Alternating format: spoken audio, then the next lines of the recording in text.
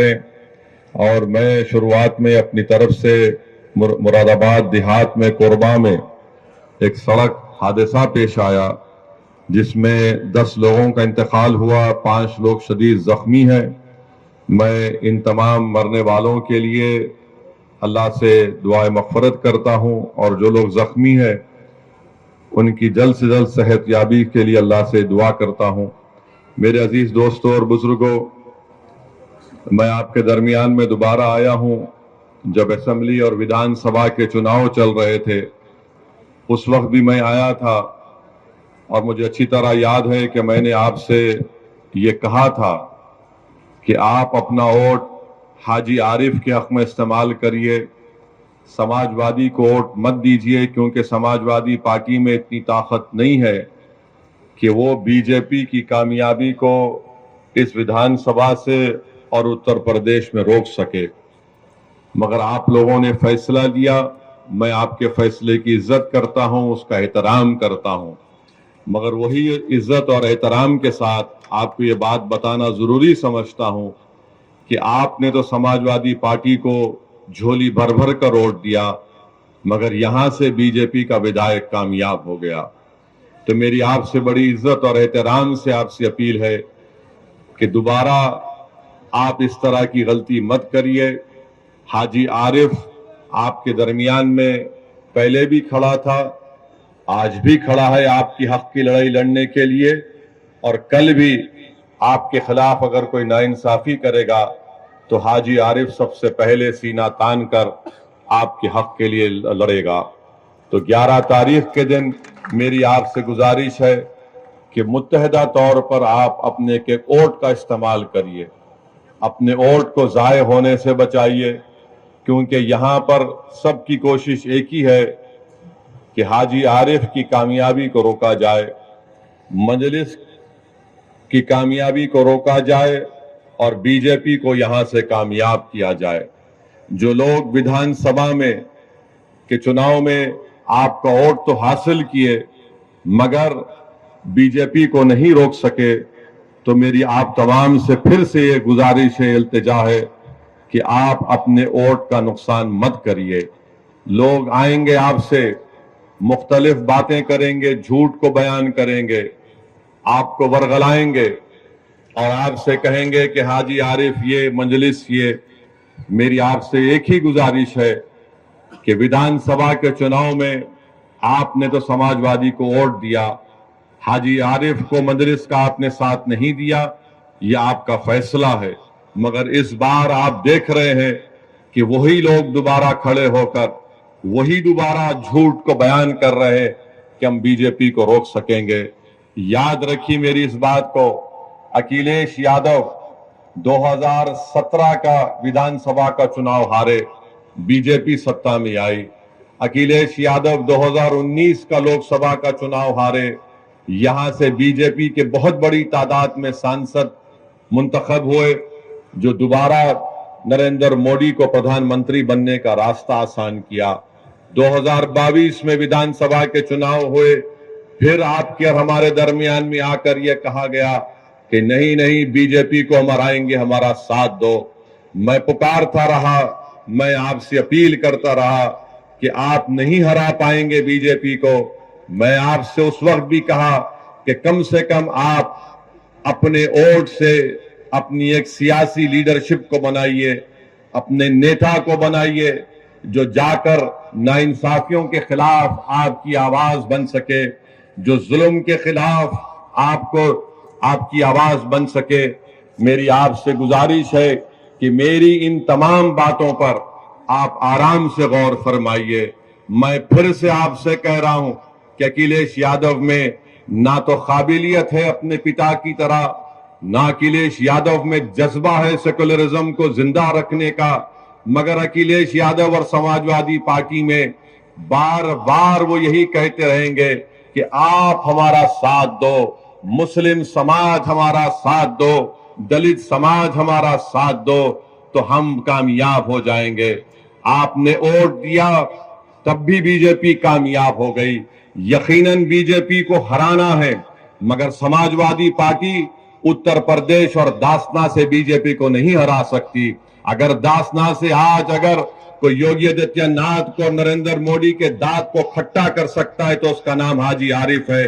तो मेरी आपसे गुजारिश है कि आप अच्छा फैसला लेकर हाजी आरिफ को और एमआईएम पार्टी को कामयाब करिए।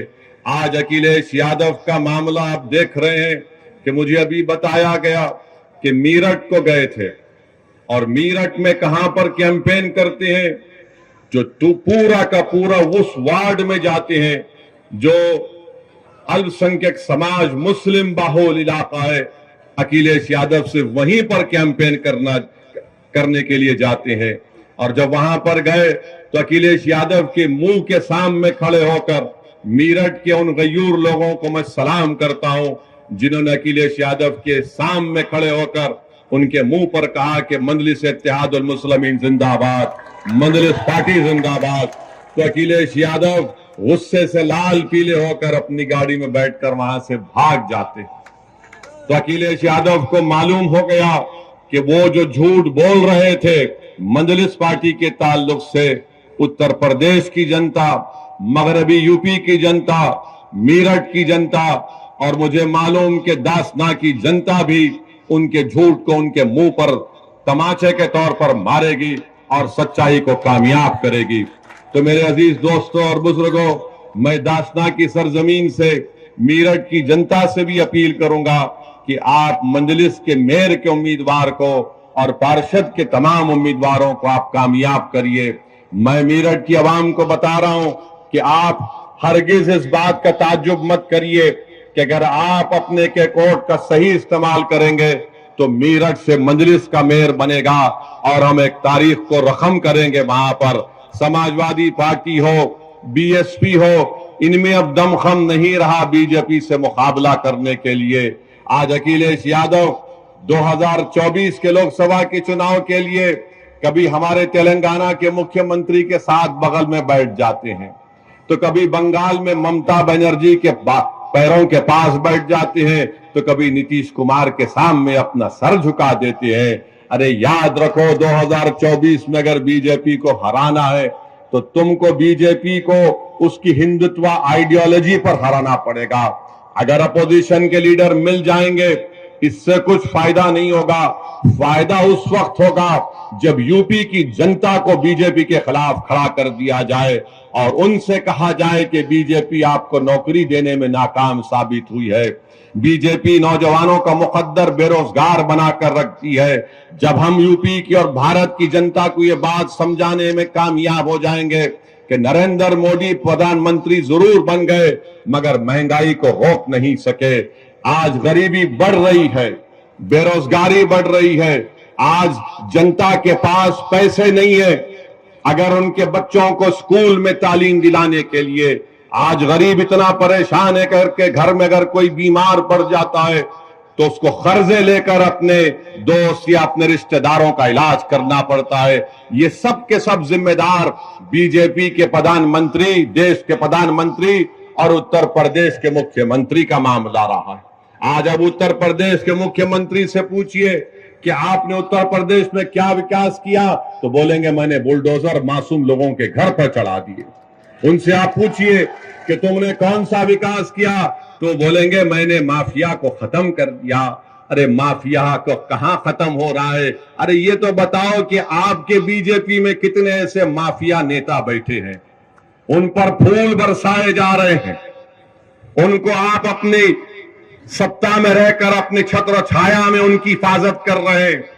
और जो कोर्ट से मुल्जिम करार दिया जाता, जिसके हाथ में जंजीरें होती है, तो पुलिस की मौजूदगी में उनको लोग आकर उनके सर पर गोलियां चलाकर उनकी हत्या करके चली जाती हैं और मुख्यमंत्री बोलते हैं कि मैंने माफिया को मार दिया।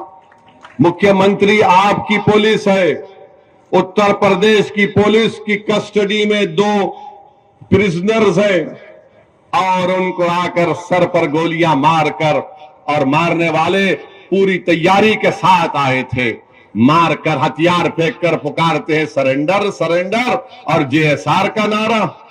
मैं उन पुलिस वालों से मेरा एक सवाल है, अगर वो जेएसआर का नारा नहीं लगाते और तकबीर बोलते तो निकाल कर उनको वहीं भून देते थे। ये कौन सा आपका इंसाफ है, बताओ आप। और मुख्यमंत्री बोलते गोली का जवाब गोली से देंगे, तो वहां पर क्या हो रहा था? गोली का जवाब जबान से भी नहीं दे पा रहे थे। आपकी कस्टडी में किसी की हत्या हो जाती है, छोड़ दिए थोड़ी देर के लिए, उन मुल्जिमिन का नाम अतीक और अशरफ था, मगर आपकी कस्टडी में थे, आपने उनको नहीं बचा पाए और आप बड़े बड़े बुलंद बांग दावे कर रहे हैं हम ऐसा कर देंगे। अरे तुम्हारी कस्टडी में जो प्रिजनर है तुम उसको नहीं बचा पाए। और मैं कह रहा हूं कि एनकाउंटर चाहे किसी समुदाय का हो, उसका नाम कुछ भी हो, एनकाउंटर से लोकतंत्र कमजोर होता है। एनकाउंटर से लोगों का विश्वास लोकतंत्र में, जमहूरियत में कम होता है। एनकाउंटर से कोर्ट जो कानून और इंसाफ के ऊपर अगर कोई इंसाफ करना है तो कोर्ट का काम है। जनता का एतमाद कोर्ट से कम हो जाएगा, जनता का एतमाद पुलिस से कम हो जाएगा, क्योंकि अगर कोई सत्ता में बैठ कर ये तय करेगा कि कोर्ट फैसला नहीं देगा, मैं गोली से इंसाफ करूंगा, तो जमहूरियत का खत्म हो जाएगी। लोकतंत्र को अगर मजबूत करना है तो गोली से नहीं, कोर्ट से इंसाफ करना चाहिए। आखिर वो कौन लोग हैं? मैं फिर से पूछ रहा हूं उत्तर प्रदेश के मुख्यमंत्री से कि जिन लोगों ने इलाहाबाद की सरजमीन पर उन दोनों को गोली मारी, आखिर वो कौन लोग हैं? कि उनके एक जो जिसने गोली मारी उसके घर पर झोपड़ी में रहती है उसकी मां, आखिर कैसे उसके पास 8-8 लाख के 2 वेपन आए, 16 लाख के? क्या इनको पैसा पाकिस्तान से आया? योगी आदित्यनाथ बताओ हमको, क्या आईएसआई ने उनको पैसा दिया था? क्या ये लश्कर तैयबा के एजेंट थे या नाथूराम गोडसे की नाजायज औलाद थी ये? या तो हाफिज सईद की नाजायज औलाद या फिर गोडसे की नाजायज औलाद हो सकती है ये। मुख्यमंत्री बोलते नहीं है कि कौन है, कौन उनके पीछे है, कि कौन उनको वो 8-8 लाख की एक रिवॉल्वर दिया, सेमी ऑटोमेटिक, कहां से हथियार इनको आए, कोई सब भूल गए। मीडिया वाले 3 दिन 4 दिन तक खूब चलाए, उसके बाद बाबा के राज में जो हो रहा वो खामोश बैठ गए, बोले महाराज का मामला है। अरे ये तो दिखाते कि भाई कहां से वो रिवॉल्वर आई, 8-8 लाख के 2-2 वेपन, 16 लाख की वेपन। अच्छा आप ये बात समझो, हम यहां पर दासना को क्यों आए? एक तो हाजी आरिफ, हम उनको बहुत मोहब्बत करते, बहुत चाहते उनको। दूसरा हमारा आने का मकसद यह है कि हम पर जो लोग गाड़ी पर हमारे पर गोलियां चलाए थे वो भी हमारे पीछे चल रहे थे। यहां पर यहीं पर टोल गेट पर गोली चलाए, तो हम सोचे कि अगर नहीं जाएंगे तो वो नाथूराम गोडसे की औलाद, वो दोनों को लगेगा कि डर के नहीं आया हो ऐसी। तो हम बोले आते हैं आरिफ साहब, आप फिक्र मत करिए, जरूर आते हैं, इसीलिए हम आए हैं और आते रहेंगे। हम इन नाजायज नाथूराम गोडसे के औलाद को कहना चाहेंगे कि गोलियों से हम डरने वाले नहीं हैं, मौत से डरने वाले का नाम असदुद्दीन ओवैसी नहीं है। जो वक्त मेरी मां ने मुझे पैदा किया वो वक्त अल्लाह ने तय किया। जिस वक्त इस दुनिया से हमारी आंख बंद होगी वो वक्त भी अल्लाह तय करेगा। और अगर अल्लाह हमारी जिंदगी में शहादत लिखा है तो अल्लाह का लाख लाख शुक्र कि हम मौत अगर जिंदगी में आ जाए और शहीद बन के जाएंगे तो इससे बढ़ के इनाम इस गुनाहगार को क्या मिल सकता है? मगर तुम्हारी गोलियां, तुम्हारी ताकत, तुम्हारा जुल्म हमारी आवाज को दबा नहीं सकेगा। हम जालिम को जालिम बोलेंगे और तुम्हारी गोलियों का जवाब हम सीना तान कर मुकाबला करेंगे, मगर अपने सरों को नहीं झुकाएंगे। तो मेरे अजीज दोस्तों और बुजुर्गों, आपसे यही इल्तिजा और गुजारिश है कि आप अपने वोट का सही इस्तेमाल करिए।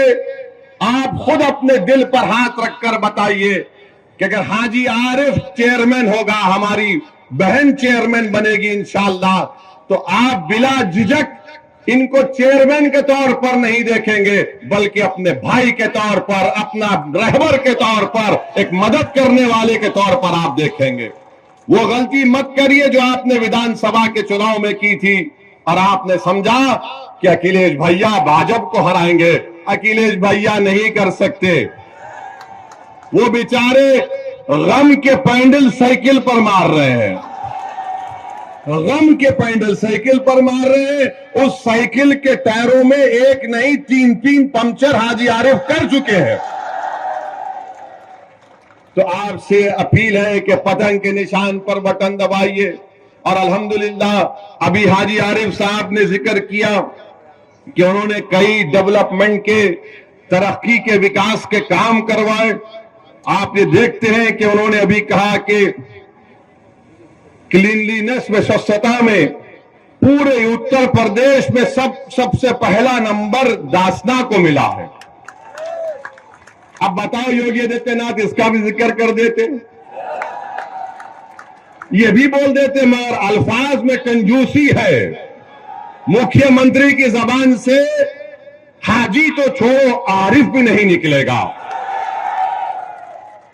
दासना तो निकलना चाहिए था, बोलना चाहिए था कि देखो दासना ने वो काम किया, मगर नहीं बोल सकते।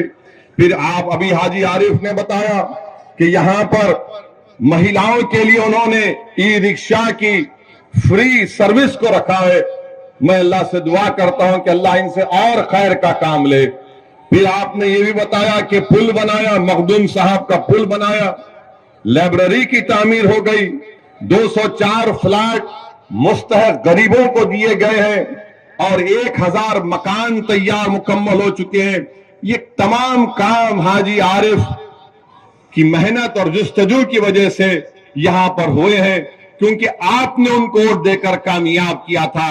अब आइंदा 5 साल के लिए और भी बहुत से विकास के, डेवलपमेंट के काम करना बाकी है। मेरी आपसे एक दर्दमंदाना अपील है कि आप अपना एक एक वोट यहां पर मंजलिस के उम्मीदवार हमारी बहन को, जिनका इंतखाबी निशान पतंग है, पतंग के निशान पर बटन दबाइए। रहा सवाल उत्तर प्रदेश के मुख्यमंत्री का, मैं फिर से कह रहा हूं कि आप धर्मगुरु भी है, आप योगी भी है और आप एक नेता भी है। क्या आपको ये जेब देता था कि असेंबली में खड़े होकर आप बोलते कि हम मिट्टी में मिला देंगे? देश के सबसे बड़े प्रदेश के मुख्यमंत्री हैं और अखिलेश यादव को बोलकर कह रहे हैं कि मिट्टी में मिला देंगे। हाँ, अगर आप बोलते अखिलेश यादव तुम्हारी पार्टी को मिट्टी में मिला दूंगा तो हम भी बोलते आमीन। मगर किसी व्यक्ति को मिट्टी में नहीं मिला सकते आप, चाहे वो किसी समुदाय का हो। जो ऊंचे पद पर बैठता है उसकी जबान से इस तरह के अल्फाज निकलना, और ऊपर से उत्तर प्रदेश के मुख्यमंत्री और उनके अतराफ के दोस्त और खास तौर से उनका जो समुदाय है वो कहता है कि 2029 में बाबा दिल्ली जा रहे हैं।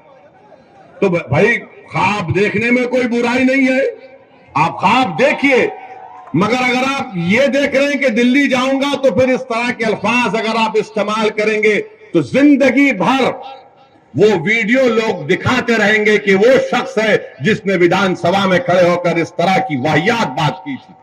तो मेरे अजीज दोस्तों और बुजुर्गों, जो बड़ा बड़ा नरेंद्र मोदी आजकल बोलते हैं पसमानदा मुसलमान, पसमानदा मुसलमान, हम भारत के प्रधानमंत्री से और उत्तर प्रदेश के मुख्यमंत्री से पूछना चाहते हैं, क्या यह सच नहीं है कि हायर एजुकेशन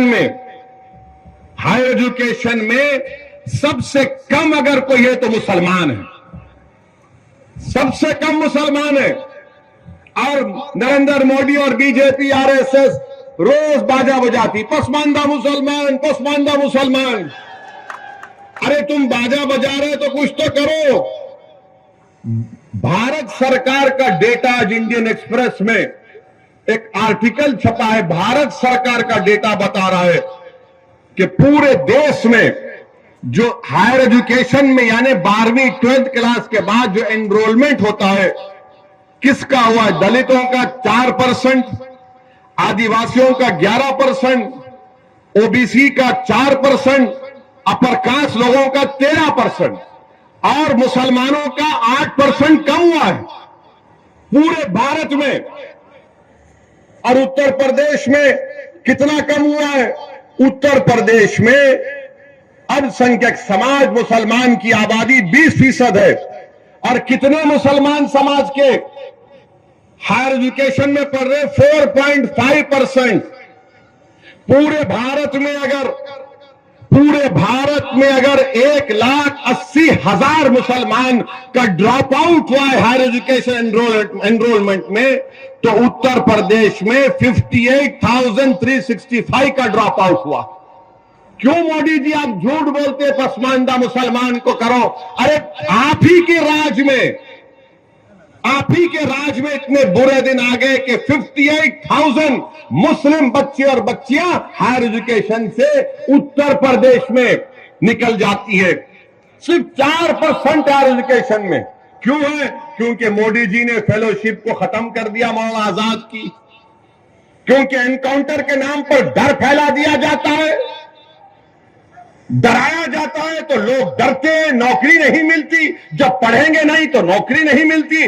बल्कि पीएलएफएस का डेटा है कि अगर किसी का नाम मुसलमान है और किसी का नाम दलित है, आदिवासी है और पंडित है, तो सबको इंटरव्यू का कॉल आता है। किसको नहीं आता? मुसलमान को नहीं आता। ये सच्चाई को बयान कर रहा हूं। और ये समाजवादी कांग्रेस के लोग वैसी भड़काऊ भाषण देता। अरे मेरा भड़काऊ भाषण नहीं होता है, मैं सच्चाई को बयान कर रहा हूं, डेटा की बुनियाद पर बयान कर रहा हूं। तुम सच्चाई को कबूल नहीं करना चाहते। एक तो भारत के प्रधानमंत्री और उनकी पार्टी बोलती सबका साथ, सबका विकास, सबका विश्वास। कहां का सबका साथ हो रहा है? उत्तर प्रदेश में जहां से प्रधानमंत्री एमपी हैं, उस प्रदेश में 58,365 मुसलमान हायर एजुकेशन में ड्रॉप आउट है। क्यों आपने स्कॉलरशिप नहीं देते? और बोले जाते। और फिर अखिलेश यादव, बहुजन समाज, ये कांग्रेस, नहीं वो ऐसी वोट काटता है। अरे इसमें क्या है बताओ? तुम मुंह क्यों नहीं खोलते इसके बारे में?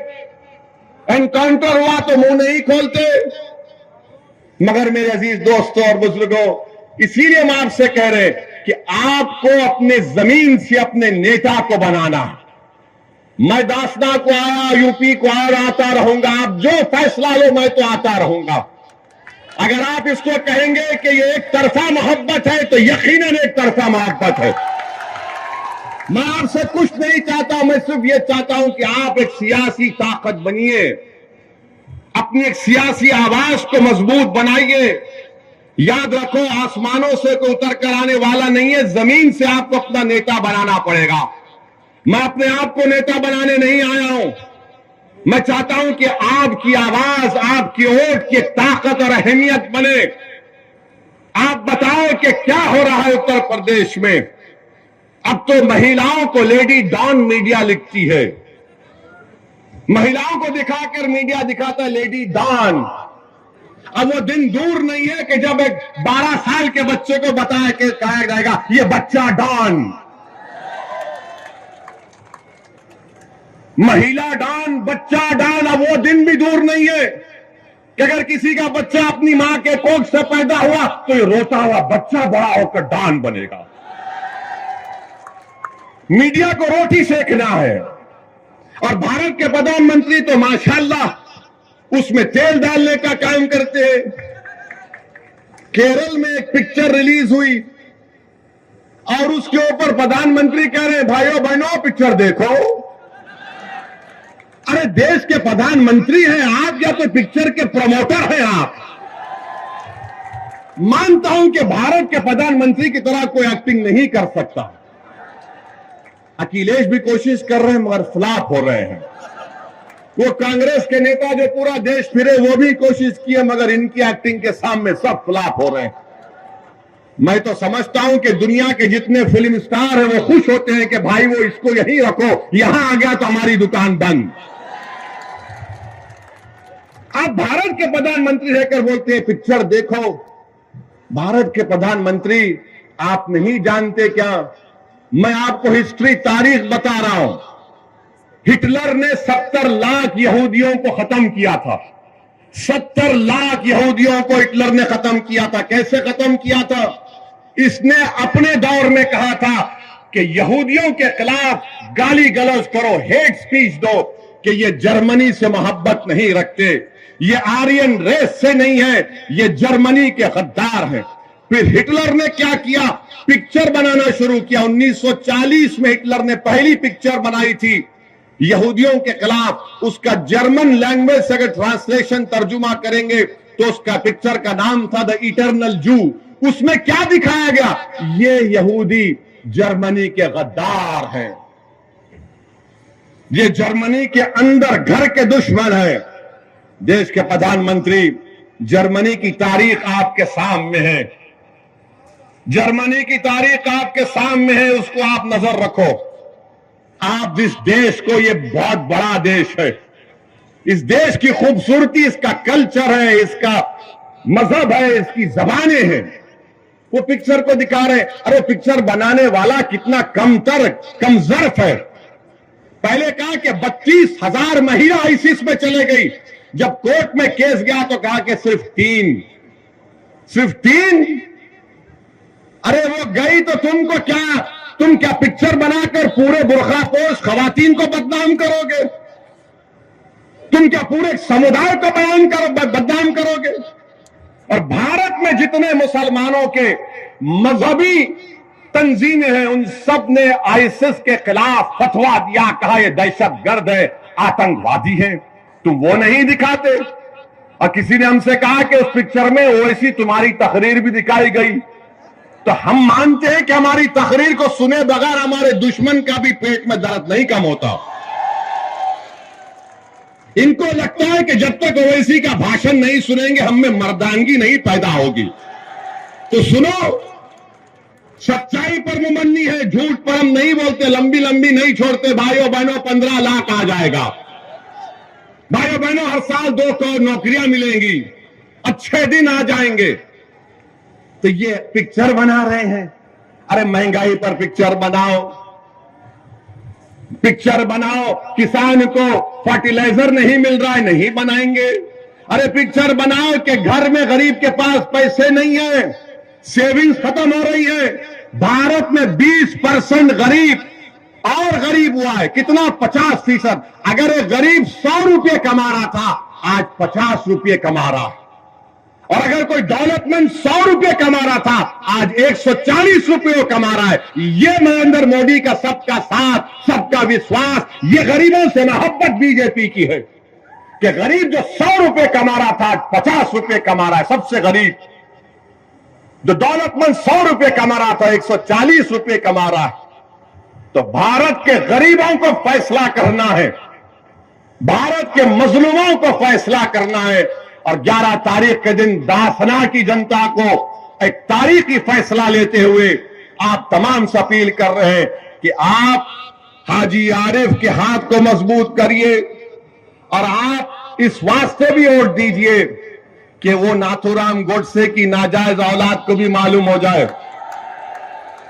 यहीं पर हम पर गाड़ी पर गोलियां चलाई गई थी, तो उनको भी जवाब दीजिए।